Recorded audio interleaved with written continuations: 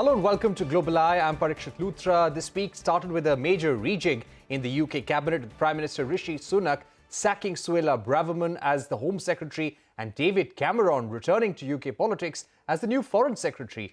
And soon after he joined office, Cameron made his first overseas trip as the Foreign Secretary to the war-struck Ukraine. He pledged continued military support to Ukraine till wherever needed and a refocus on the country as Russia continues to attack its neighbour. Talking about Suella Braverman's removal from the cabinet, the decision was taken after her insubordination to the Prime Minister, but she has also had disagreements with the Prime Minister over his handling of the illegal immigration issue. Braverman, as we know, has been publicly critical of the illegal migration to UK in her letter after her sacking. Braverman accused Rishi Sunak of betraying the British people on his promise to stop illegal migration to the UK. The Rwanda plan proposal was struck down by Boris Johnson government in 2022.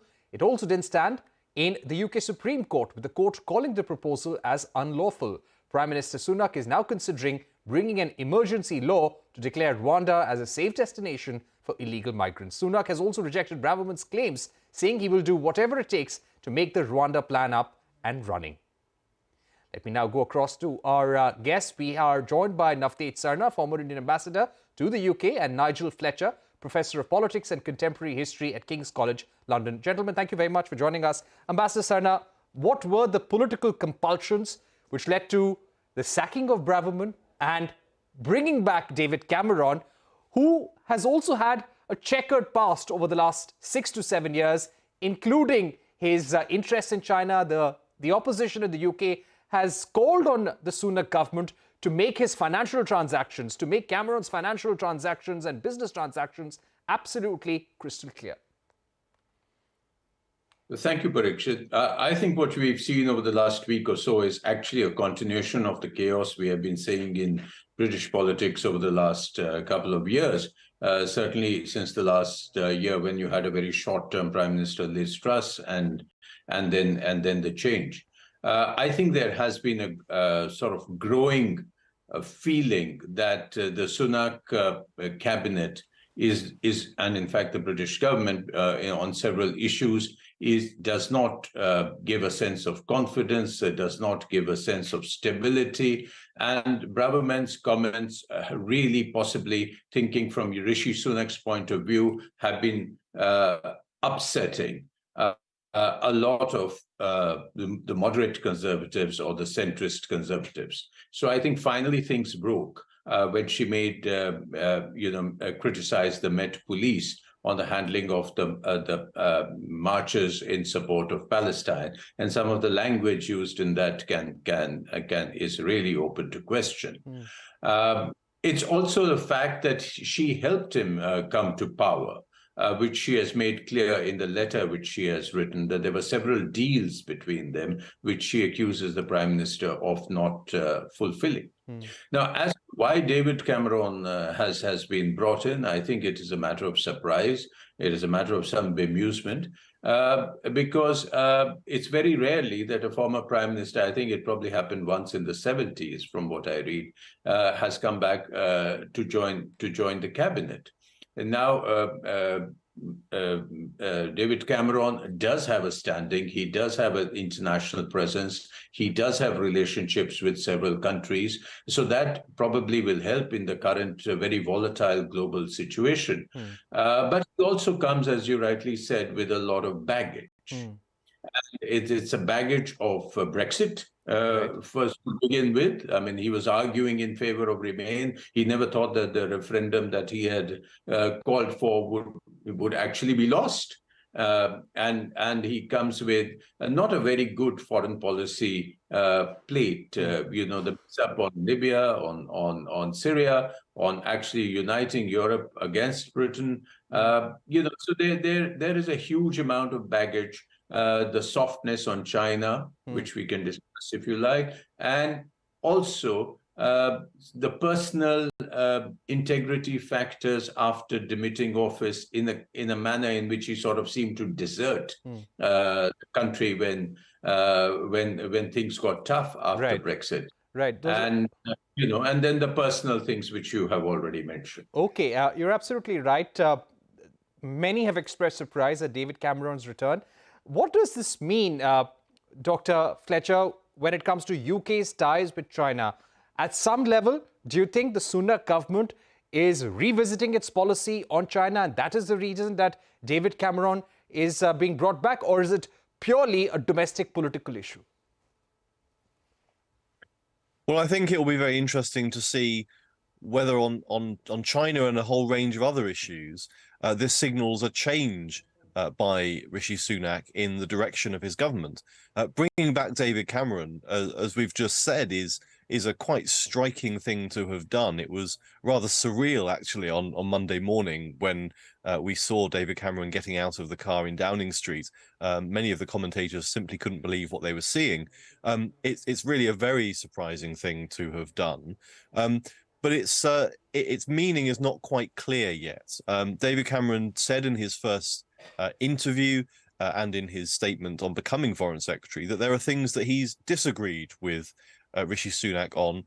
Even in the last few weeks, really, he disagreed with the decision that was taken, for example, on cancelling a high-speed rail project. A number of things like that he's disagreed with.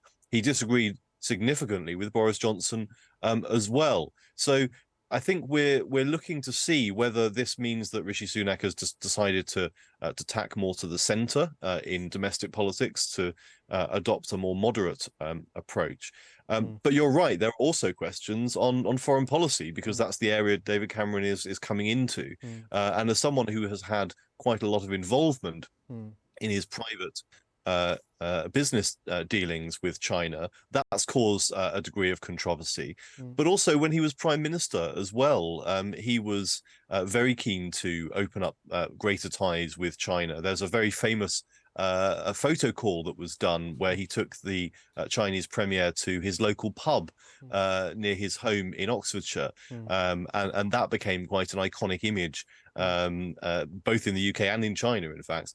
And so there is a reminder here that the Cameron government was very different to some of the more sceptical approach that we've seen from, and indeed hostile approach that we've seen from some in the Conservative Party recently. Liz Truss, the Prime Minister last year, for the brief period that she was, took a very hard on China, and a number of other people share that view. Very important. But let me now go across to Ambassador Sarna once again. Ambassador Sarna, if we speak about the Rwanda plan, after being struck down by the Supreme Court, Sunak has said that he'll do everything he can to get this plan up and running. He'll bring an emergency law if possible. What will be the implications of this? Why is Sunak pushing ahead on this? And do you expect the UK government to take a harder, a tougher stand on mobility visas, work mobility visas from India to UK as a result? Well, I think there are two different things there. I mean, one is about illegal migration, on which Rishi Sunak has been very strong. It's been one of the top things on his stated agenda, that he's going to cut out the boats. And even after this Braverman letter, in the first reaction that came from Downing Street, he did say that, the boats have been cut down by 1/3. So I think he certainly can't give up that agenda. Whether the Rwanda plan still works is something which we have to see, because it's been opposed, it's been struck down by the Supreme Court. It goes against the European Convention on Human Rights. And I think now if they do bang through a special law which declares that Rwanda is safe, you don't know where and when that will be challenged again. Meanwhile, it seems from what one reads that, there are other destinations being considered, especially for countries whose asylum seekers don't have much of a chance of getting asylum. Albania is one case in point. Other European countries could possibly, in East and Central Europe, could possibly also come up as destinations. But to my mind, this whole thing of deporting people to another country and presumably on payment, and while their asylum papers are being processed, and to hope that they will not be sent back in the process of refoulement back to the original country. I mean, the whole thing sounds surreal, a word that my co-panelists very appropriately used. Absolutely. Dr. Fletcher, talking to you about how India should be watching these developments in the UK, do you see any impact on FTA negotiations? They were not completed by Diwali. We don't know whether they'll be completed by the end of the year. We only know that there is an intention to bring a landing point soon. How do you think the reshuffle impacts relations with India and the FTA? Well, I think, I'll go back to what I said before, which is that I think the impact of this reshuffle really is quite difficult to judge on trade and on foreign affairs and on a whole range of other issues. Rishi Sunak, I think we've got to remember here, has inherited a government that was not in a good shape, and after a period of time in recent years, where we've just had constant turmoil from Brexit through to COVID, the Johnson government, and then the Truss government. They weren't stable governments, and we've become used to a great degree of turmoil, and that has an impact on policy. It means that the people who are in these jobs are not staying for a particularly long period of time. And so when you're dealing with international negotiations, it's very difficult for anyone to really get a handle on the British government's position. I think what he'll be hoping for over the next sort of 6 months to a year until a general election is that he can project a sense of greater stability. He obviously wants to win that election. It's not looking very hopeful at the moment, but he'll want to, I think, try and project some stability. So I think there's going to be very limited opportunities for him to change many cabinet ministers between now and the election. This, I think, is the team going to go into the election with. So on trade negotiations, relations with India, and as we mentioned earlier, relations with other countries, notably China, it's going to be interesting to see how particularly David Cameron puts that in his speeches in the next few weeks or so, as we get a better sense of what he's doing, because there's not going to be much of an opportunity to change things after this until perhaps there's a change of government. Right. So uncertainty will be there in UK politics for some time, at least.